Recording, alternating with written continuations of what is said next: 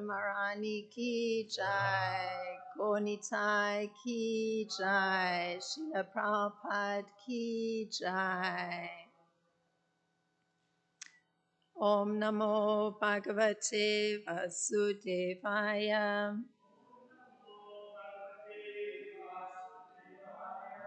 Om Namo Bhagavate Vasudevaya.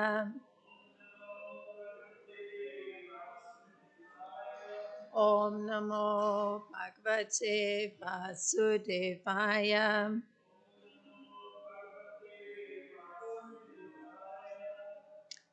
So this morning we're reading from Canto 10, Chapter 84, and there are three texts this morning, 27, 28, and 29. If you have your phones, you can find it on database. Unfortunately, it doesn't appear to have been written on the board. So text 27, we'll do line by line and you can repeat. May be difficult if you don't have it in front of you, but you can try. Shri Shuka Vacha Iti Anujnapya Dasamam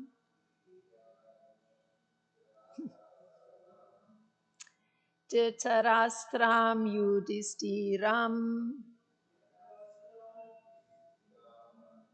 Rajarse Svashramam Gantum Munayodadhire Manam Shri Shuka Vacha Iti Anujnapya Dasaram Dhritarastram Yudhistiram Rajarse Svashramam Gantum Munayodadhire Manaham Shri Shuka Vacha Iti Anujnapya Dasaram Dhritarastram Yudhistiram Rajarse Svashraman Gantum Munayodadhire Manaham. Please chant. Shri Shuka Vacha Iti Anujnapya Dasaram Dhritarastram Yudhistiram Rajarse Svashraman Gantum Munayodadhire Manaham.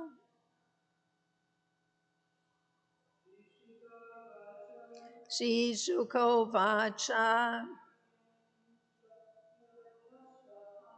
Iti Anujnapya Dasaram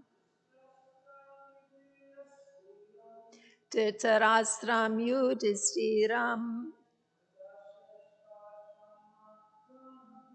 Rajarse Svashramam Gantum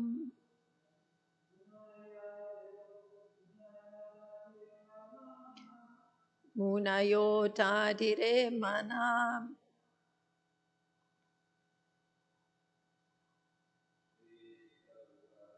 Shri Shuka Vacha Iti Anujnapya Dasaram Dhritarastram Yudhistiram Rajarse Svashraman Gantum Munayodadhire Manam.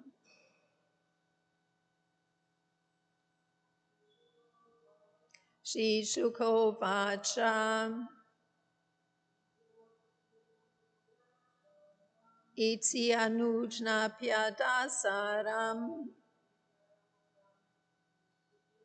Dhritarashram Yudhistiram Raja se svashraman gantum Munayodadire manam. And the word for word, Shri Shukovacha, Sukadev Goswami said,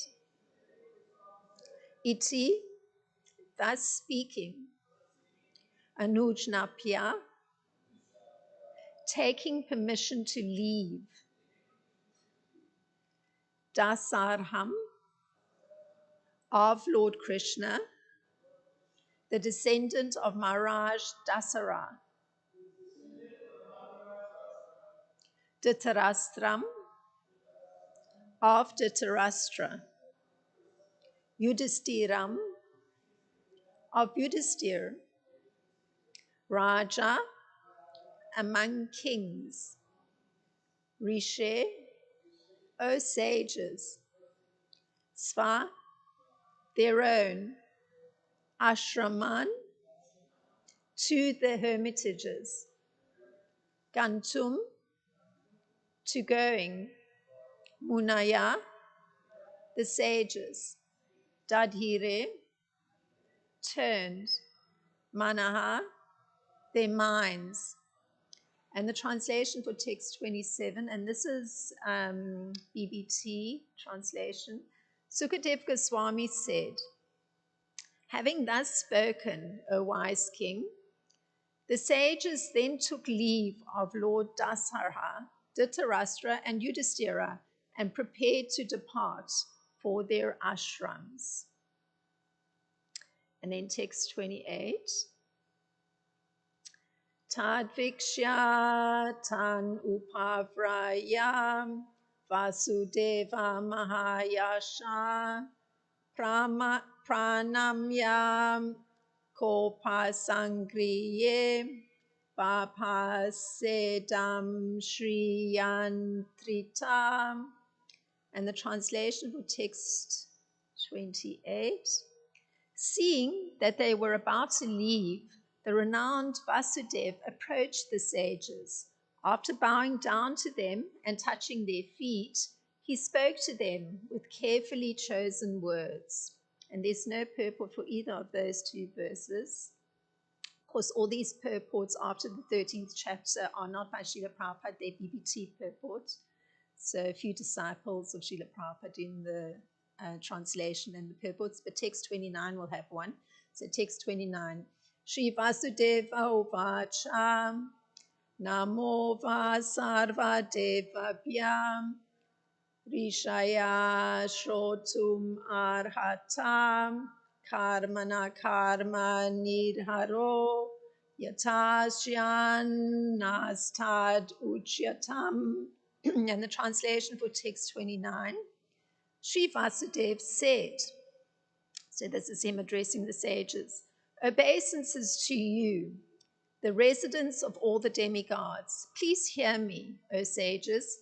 Kindly tell us how the reactions of one's work can be counteracted by further work. And the purport, short one, is as follows. Here Vasudev addresses the sages as, quote, the residents of all the demigods, close quote. His statement is confirmed in the authoritative Shruti mantras, which declare, and this is a quotation from the Shruti mantras, Yavatir vai devatas ta sarva veda vidhi brahmane vashanti. And the translation, whatever demigods exist, all reside in a brahmana who knows the Vedas. Om Jnana Timirandasya Gananjana Shlakaya Chakshurin Militam Yena Tasmai Shri Gurave Namaha Shri Chaitanya Manopistam Stapitam Yena Bhutale Swam Rupa Kadamayam Dadati Swapadantikam Vandeham Shri Guru Shri Yuta Parakamlam Shri Gurum Vaishnavam Sha Shri Rupam Sagrajatan Sahagana Ragutam Vitam Sha.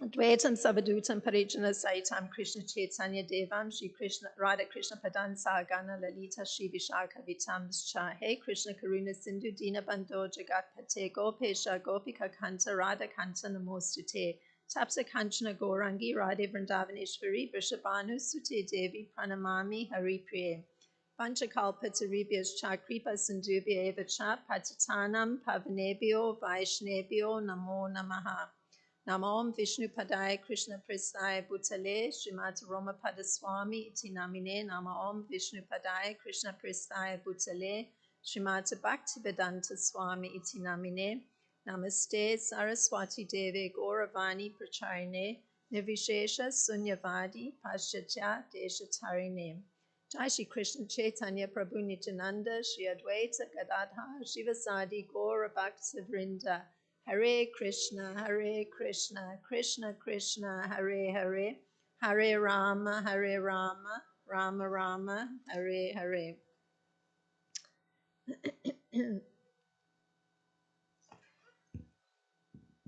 So, Srila Vishwanath Chakravarti Thakur, one of the acharyas who's doing commentary on the Srimad Bhagavatam, it's a nice book, Sarata Darshani, his commentary.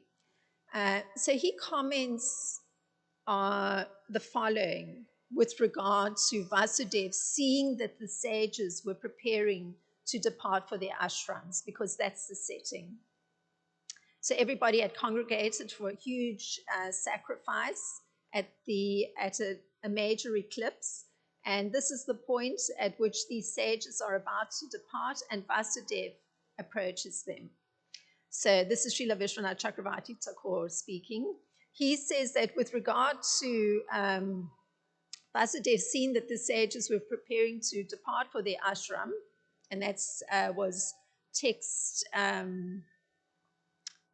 the second text we read, Srila Vishwanath Chakravarti Thakur states the following: grasping their feet, Vasudev spoke the word, and it was one of the words that was present there, which was Bhapasedam. And Srila Vishwanath gives the thought of Vasudev. So that particular word is just referring to the fact that they're about to depart. And this is Srila Vishwanath Chakravarti Thakur has this remarkable ability to actually see within the heart of these great devotees. So he's actually able to access the thought at the time of a particular occasion, such as this one. So this is the thought that Srila Vishwanath Chakravarti Thakur says was in the mind of Vasudev. So this is Vasudev's thinking. Such sages are difficult to bring, even if invited. Without their help, I will never be able to destroy the doubts in my heart. Therefore, now I should ask some questions to keep them from leaving. So that is the particular insight given by Srila Vishwanath Chakravarti Thakur. So, if one examines this thought, the solution for dealing with doubts in the heart is given by Lord Krishna. So I'm going to jump right into it. And this is in Bhagavad Gita 4:42, where Krishna actually states how one can deal with doubts in the heart. And this is what Krishna says. The doubts which have arisen in your heart out of ignorance should be slashed by the weapon of knowledge. Armed with yoga, O Bharata, he's addressing Arjuna, stand and fight. So I'll read the Sanskrit too of that verse since it's pertinent to this discussion. Tasmat ajnana sambhutam hristam jnana sinatmanaha chiti vainam samsayam yogam alishto tista bharata. So Srila Prabhupada, he explains that the yoga that Krishna is referring to is Sanatan Yoga, or the eternal activities performed by the living entity. So that is what one has to be armed with to deal with doubt in the heart. So this Sanatan Yoga has two divisions in terms of sacrificial activities, because sacrifice has to be performed as part of yogic practice. So one is sacrifice of one's material possessions. So of course it's not merely sacrificing material possessions without actually understanding that it's for a higher purpose. It has to be done with that consciousness. So that is one form of sacrificial activity. And the other is pure spiritual activity, or sacrifice in relation to knowledge of oneself. So it's on a much more subtle level, and it's actually being conscious of that connection with Lord Krishna. So those are the two divisions of spiritual activity. And in the category of spiritual activity, there are also two divisions. One is understanding of one's own self, and or one's constitutional position, meaning what is one's position as a soul inhabiting a material body in relation to the Supreme Soul. And second, a division of spiritual activity is understanding the truth regarding the Supreme Personality of Godhead. So there's a whole science, naturally. Now, Srila Prabhupada notes that one who is following the path of Bhagavad Gita can easily understand these two divisions of spiritual knowledge. So they've been divided up, but one is able to understand both. One's constitutional position in the one hand, and the other one, the truth of the personality of Godhead. So that person who's able to understand can obtain knowledge of the self as part and parcel of the Lord. That's the understanding that comes to be there through that, the practice of bhakti yoga. And this knowledge is beneficial because one can understand also the transcendental activities of the Lord. Because if you're coming to understand your relationship with the Supreme Soul, or the Supreme Personality of Godhead, then also one is able to start to understand the transcendental activities of the Supreme Lord. Now, Srila Prabhupada further explains that ignorance, because that was one of the points that was made in the verse that we'd read. Ignorance, because Krishna also speaks of the doubts in the heart arising from ignorance. That's the cause of doubts that come in the heart. It can be removed by a gradual acceptance of Krishna conscious principles. So notice, it's part of a relationship. So any change in any relationship, say understanding somebody else, requires also being willing to accept certain characteristics or certain behaviors or certain activities of somebody else. So it's like that. Through a gradual acceptance of the principles of Krishna consciousness, one can actually come to have that understanding of oneself in relation to Krishna, and also an understanding of Krishna's transcendental activities. So this acceptance of Krishna conscious principles, it takes the form of a kind of awakening. And it also takes the form of making, there's a whole category of activities one can do, all on the sacrificial realm, because that's what yoga is. One is making some sacrifice to the Supreme Lord. So here's a breakdown of this kind of awakening that starts happening, and these are all the different sacrifices one can choose to perform. So there may be sacrifice to the demigods. Like I have contact with somebody who likes the deities but has no particular interest in bhakti yoga, merely worships a demigod, goddess Durga. So the Krishna conscious principle is, of course, that you're understanding the relationship of the demigod to the Supreme Lord. So sacrifice then can be done to the demigods, of course, with the correct consciousness, because we're looking at how there's this awakening of Krishna consciousness in the heart. One can also make sacrifices to Brahman, the impersonal form of the Supreme Lord. One can actually make a sacrifice to being celibate.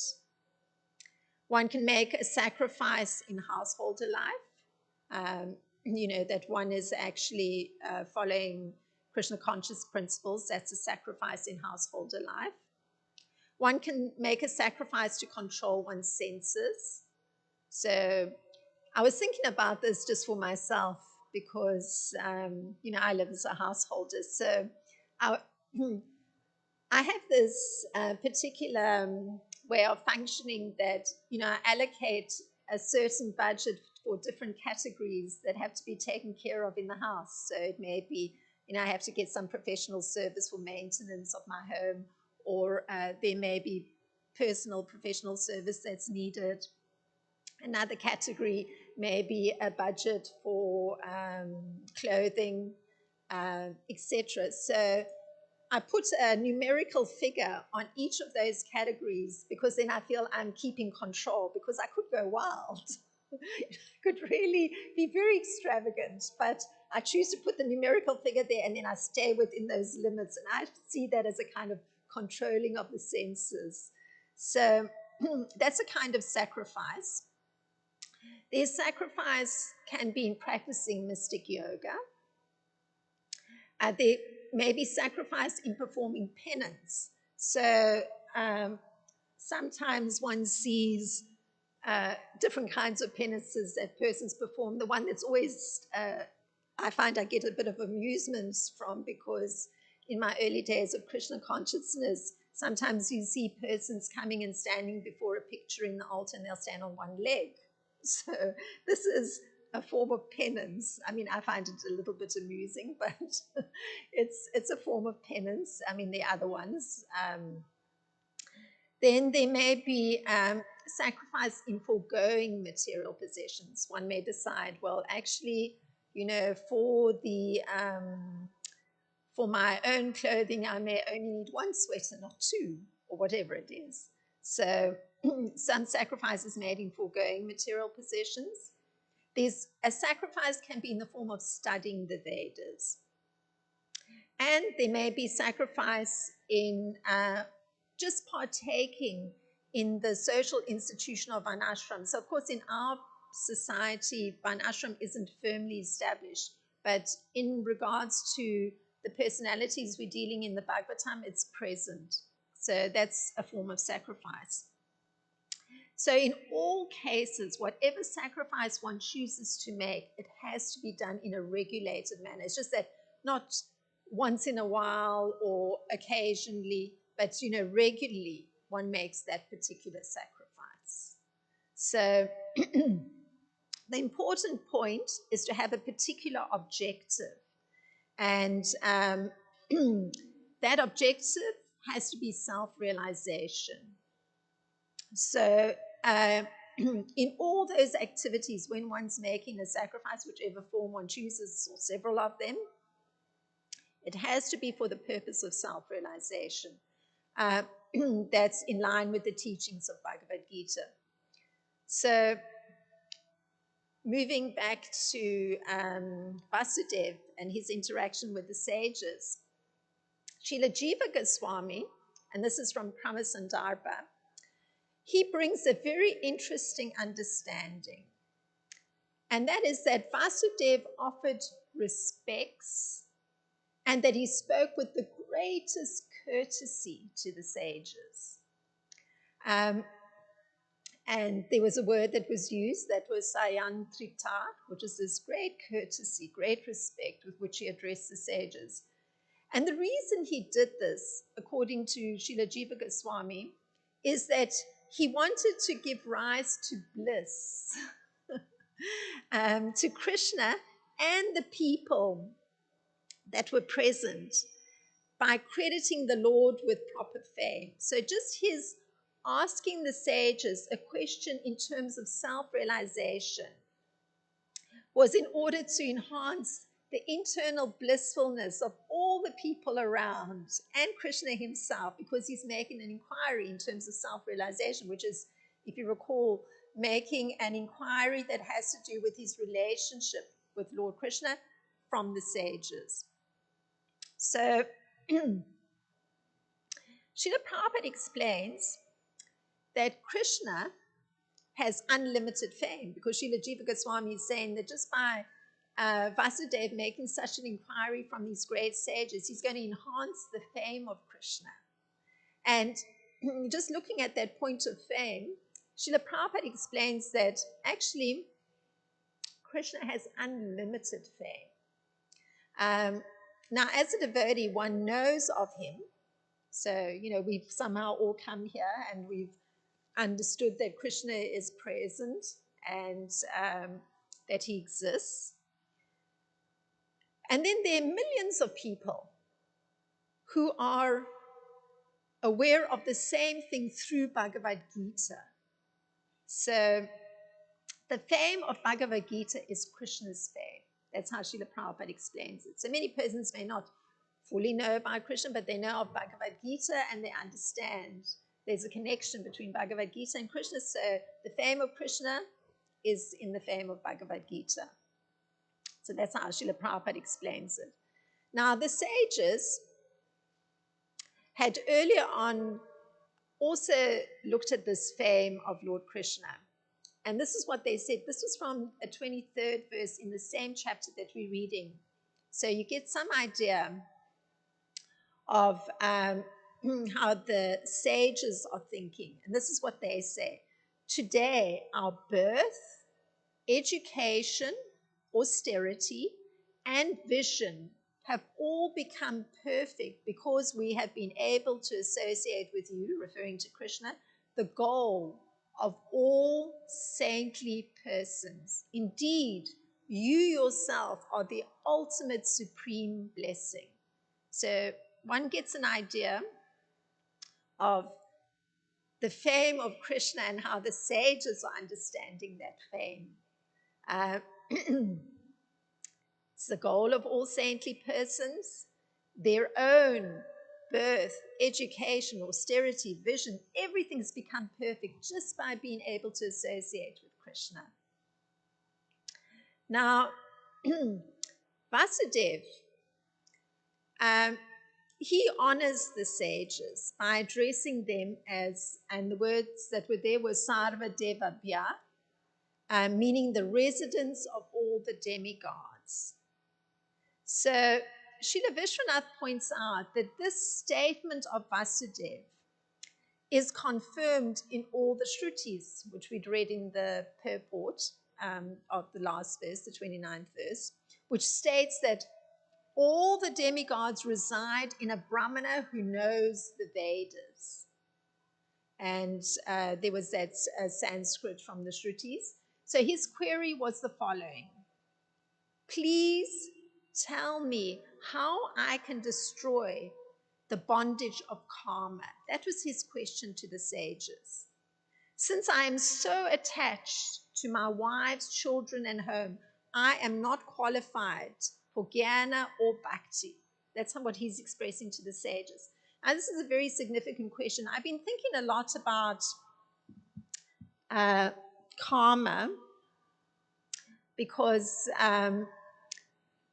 in the practice of Krishna consciousness and having one's connection to Lord Krishna, naturally there's a clearing that goes on in the heart because one's carrying all sorts of impressions from lifetimes.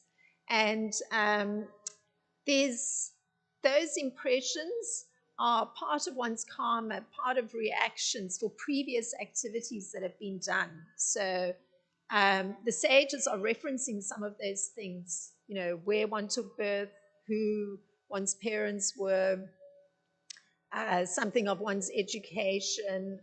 All those things are part of one's karma.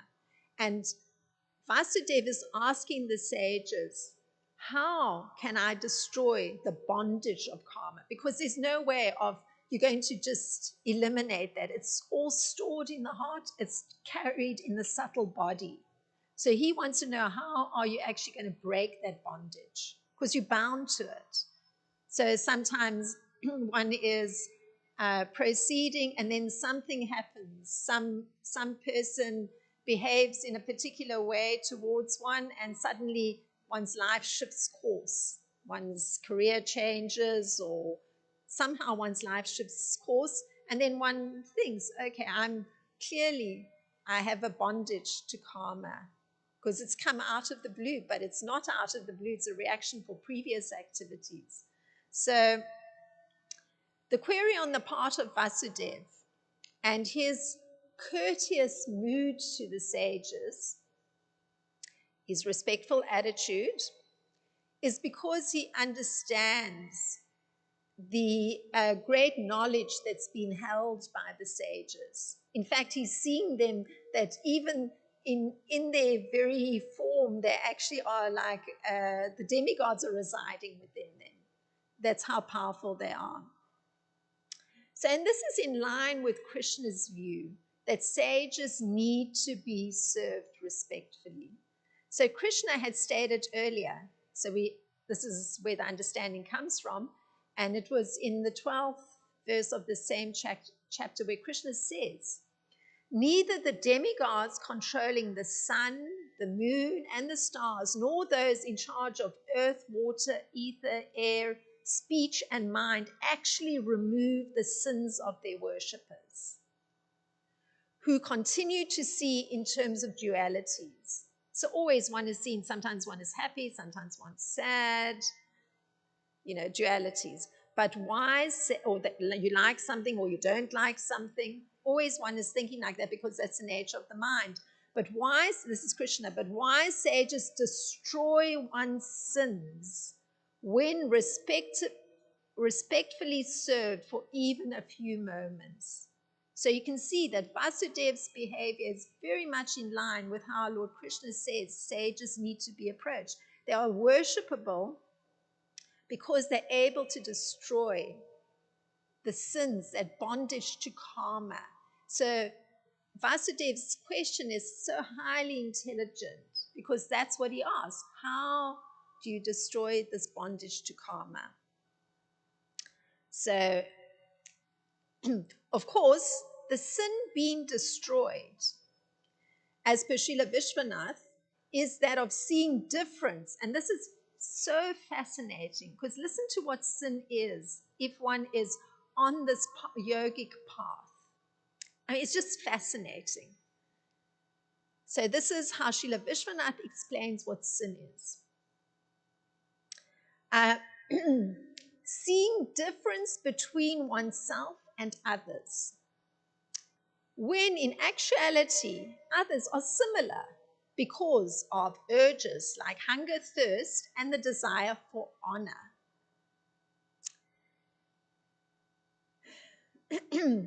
And sins are such as envy, disrespect, and contempt arise from seeing difference. Now, isn't that fascinating? I think it's just completely fascinating. I saw a video recently because I had some interest in terms of thinking of how persons deal with, some terrible sin they've committed. So I looked at a video of a person who was about to be executed in Texas, in Huntington. Apparently it's the capital for what used to be the electric chair, but now it's through phenobarbital injection. So an interview was being conducted with the person that, in a couple of hours, I know the interviewer was breaking it down. Say 48 hours later, this person was going to actually receive the lethal injection. And so the interviewer asked the person, so the person's particular sin, so to speak, was that he had murdered 3 family members of his wife who at that time was wanting to divorce him. So he had gone and murdered the mother, the father, and I don't know, a brother or something. And the interviewer asked the person, so do you actually regret that you killed these 3 persons? And the response of the person about to be executed was, well, you say I'm doing all these things. How do you know? Were you there? And then the interviewer tried again. Do you feel sorry that you killed these 3 persons? And the person about to be executed said, well, one regrets many things in life, could not acknowledge any sense of remorse for the sin that had been done. And I found it very, very, very interesting. This man had apparently already spent, 2 or 3 decades. I don't know why the execution was delayed. It was some crime that had been done 30 years ago. He'd been languishing in this prison, and now the time had come for the execution. So I don't know exactly how the legal system works, that the person got to be in the prison for that length of time before the execution. But anyway, that was, an example of a very gross sin and not even having processed it correctly. And the interesting thing was, in that particular case, that man had the support of his son and the son's extended family. They were all very loving towards this man. Now, in the case of somebody taking up the yogic practice, the sins that one is carrying, this karma that's there in the heart, has to do with already being present envy, disrespect, and contempt. So that's already present in the heart.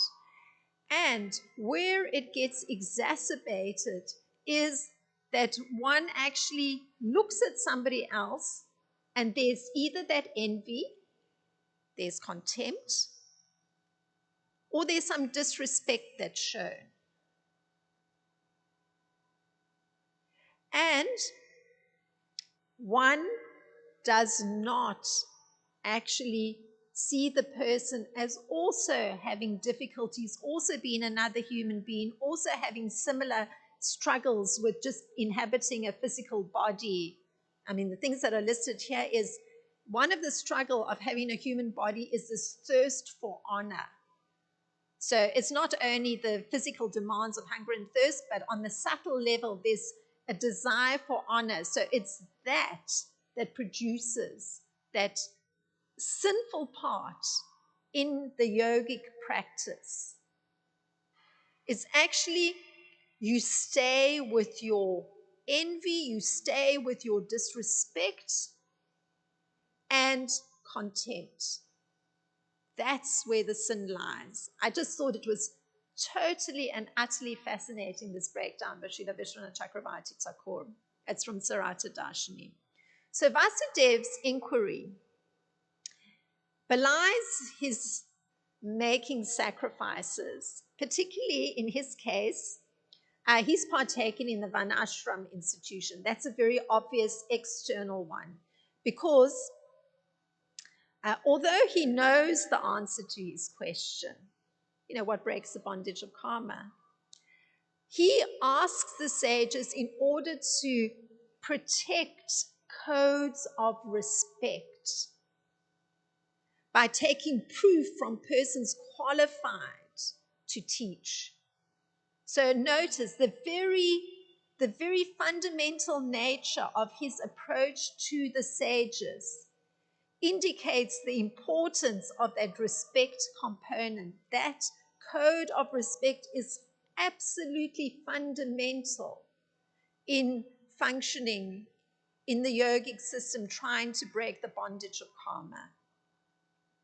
So Srila Prabhupada terms his request, Vasudev's request, as wanting to know that supreme fruitive activity that can counteract the reactions of all other activities. So what's that fruitive activity you can do that's going to counteract all your the reactions of your other fruitive activities? So that's how Srila Prabhupada puts it. So of course, since Vasudeva is performing spiritual activity, just by making his inquiry to the sages that are considered to be, the epitome of knowledge. So that's why he's making a sacrifice, one can say, or the nature of his sacrifice. And in Bhagavad Gita 441, there's this particular idea of making an inquiry or performing a spiritual activity of some sort of sacrifice in terms of knowledge of the self. Here it is. Krishna, one who acts in devotional service, renouncing the fruits of his actions, and whose doubts have been destroyed by transcendental knowledge, is situated factually in the self. Thus, he is not bound by the reactions of work, O conqueror of riches. So that particular statement, you could say, paints the picture perfectly of who Vasudev is. He's acting in devotional service. He's renouncing the fruits of his action. His doubts have been destroyed by transcendental knowledge. And he's factually situated in the self. So he's not bound by the reactions of work because he's completely transcendentally situated. But he's making that sacrifice of inquiry with reference to the religious code of showing respect. And Srila Prabhupada explains, one who follows the instructions of Bhagavad Gita, as it's imparted by Lord Krishna, the personality of God in himself, he becomes free from all doubts by the grace of transcendental knowledge. And particularly in reference to Vasudev, the explanation is very apt. And this is Srila Prabhupada writing. He is a part and parcel of the Lord in full Krishna consciousness. He's already established in self-knowledge. As such, he's undoubtedly above bondage in action. But his very action of inquiring from the sages just draws attention to this particular point of having to observe codes of respect in dealing with others who are also on the yogic path. So these were some thoughts that emerged from looking at these 3 verses. If there's some questions, some queries, some processing, and you'd like to contribute, please go ahead.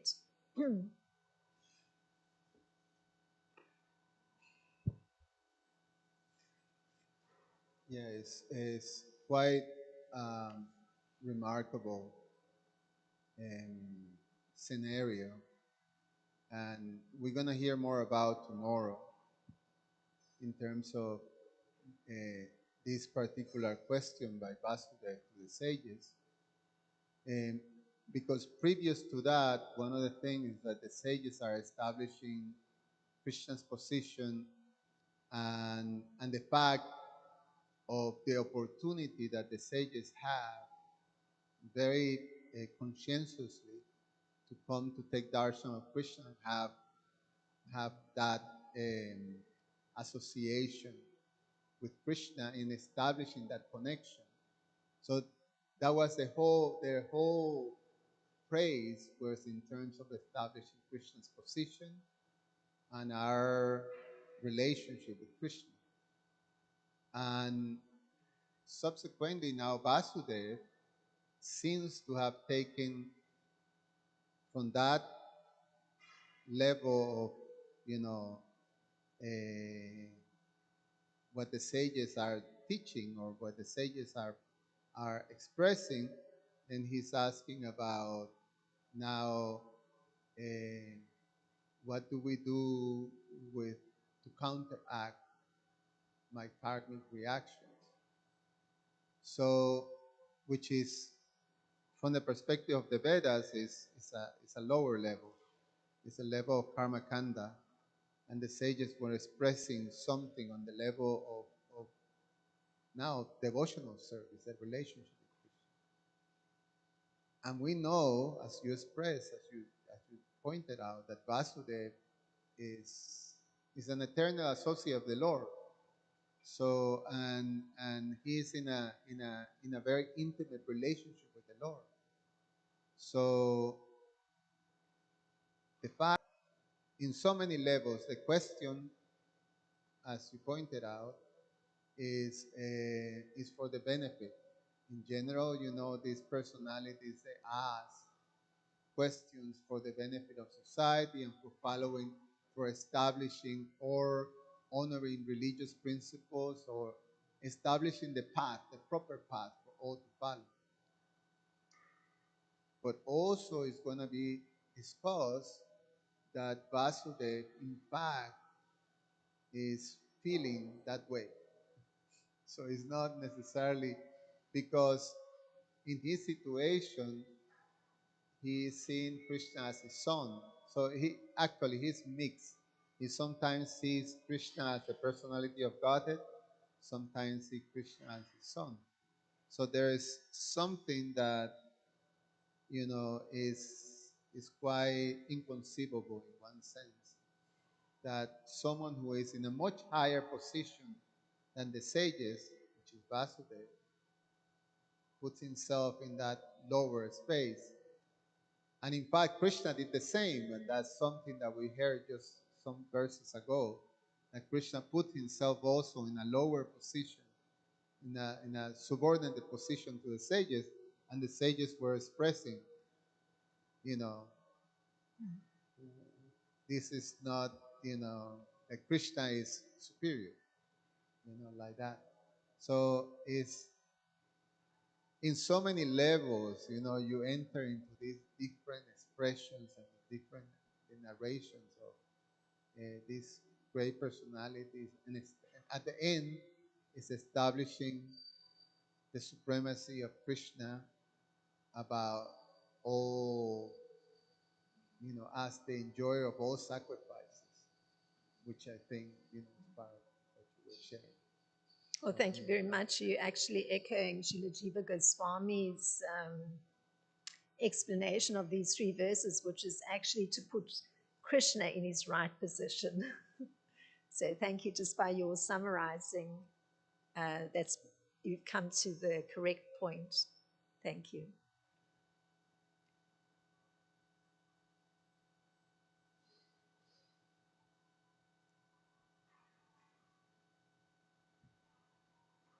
So when you were talking about what the sin of a yogi is, I just want to reiterate, and then maybe you can correct me or confirm that I'm understanding correctly, is that the sin of a yogi is to view others, to view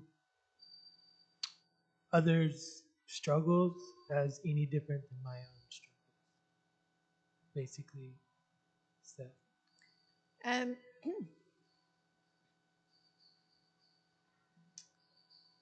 In one sense, that understanding is there, like that. But it goes deeper. It's not understanding that actually, in looking at somebody as being different from oneself, one is applying exactly those parts, those karmic negative parts in one's perception of the person. So one is allowing either envy to seep in, contempt to seep in, or disrespect to seep in, just by virtue of the fact that one is drawing that distinction. I am different from this person, or this person is different from me. So it may be one is wanting to see oneself as better than the other person, so hence the envious part. Or one is saying, oh, this person, and some negative generalization may be made, this person is this way or that way. It means that one is, again, that just by virtue of the fact that one's making that distinction between oneself and the other, it can go into that area of being something disrespectful is there, disrespectful mood is there. Or alternatively, it may even be one of some sort of contempt, because you want to dismiss the other person. You want the other person to be less than. So generally, it's taking a kind of egotistical position just by virtue of the fact that the one is now putting a kind of opposing figure to oneself, as opposed to looking at another person. And this was where your understanding was there. Oh, this person may have similar struggles. And the particular struggle that is highlighted, that is common, and this is, you could say, a regretful similarity amongst humans, but it's a desire for honor. So it's that desire for honor that causes one to make a diametrical place somebody in a diametrically opposed position to oneself. So that's where the sin part comes in, because it gives rise to precisely what one is trying to clean up in the heart: the envy, the contempt, and the disrespect. And it's very insidious if it happens through the course of practicing bhakti yoga, because it's so subtle. It's so subtle because you don't fully know the mindset, and the other person doesn't fully know your mindset. But then some little action is performed that one can come to understand either one's own enviousness, contempt, disrespect, or the other's person's enviousness, contempt, and disrespect. Because it leads to some sort of action, because if the mental position taken is one of seeing diametrically, this person is diametrically opposed to me, or I see opposition there, it's resting on that negative looking for honor aspect, which is the commonality in all humans. And that's why that the ego part is the problematic part when one starts to take to the yogic process, because that's what you come up against. May I ask a follow-up or continue for another question? So I think one of our acharyas said that, and I forgot which one, but to ask or to criticize somebody is to basically put yourself in a better, is to make yourself look good. So that's kind of this idea of honor. So there's an example, because I'm from Dallas, and the area sometimes in Dallas is not, of the temple is not always the best. So if somebody comes into the temple, it's like we want to receive them because they're a soul. But if they're disrupting the mood or the lila, then we have to protect something. So I guess let's say that were to happen. So then we have to make a distinction. Okay, we have to remove this person because it's not necessarily contributing to the atmosphere that we're cultivating. But from what I'm understanding is that's okay, we can remove that, but it has to come from a place of compassion instead of maybe thinking, oh, this person, putting down this person, subtle way. Yes, it's interesting. Yes, it's interesting what you've highlighted, that somebody may enter the realm of bhakti yoga, however consciously or unconsciously, but the behavior that emerges is disruptive behavior. So that disruptive behavior is also coming from that place of envy, disrespect, and contempt of some sort. That's why the behavior is disruptive. So to take the proper action in the case of what you've described, where one has to, draw a boundary line because it's not appropriate behavior in a public setting, that is of assistance to the person, because it should draw attention to, oh, I'm behaving in this kind of way, and this kind of behavior is not allowed in this space. So it's showing great kindness to that person. So it's not that oneself is going into a position of envy, contempt, etc. It's actually that one is performing the correct action to assist somebody to come to terms or understand something of their own behavior, because those persons may be functioning generally in that space of enviousness, contempt, disrespect. I mean, even though they may be very pitiful, but oddly enough, that's where it's coming from. So, yes, it's actually an act of kindness. Thank you so much. Thank you. Oh, Vaishnav Sivananda, go ahead. I leave time for questions, so it's fine. Go ahead, Vaishnav.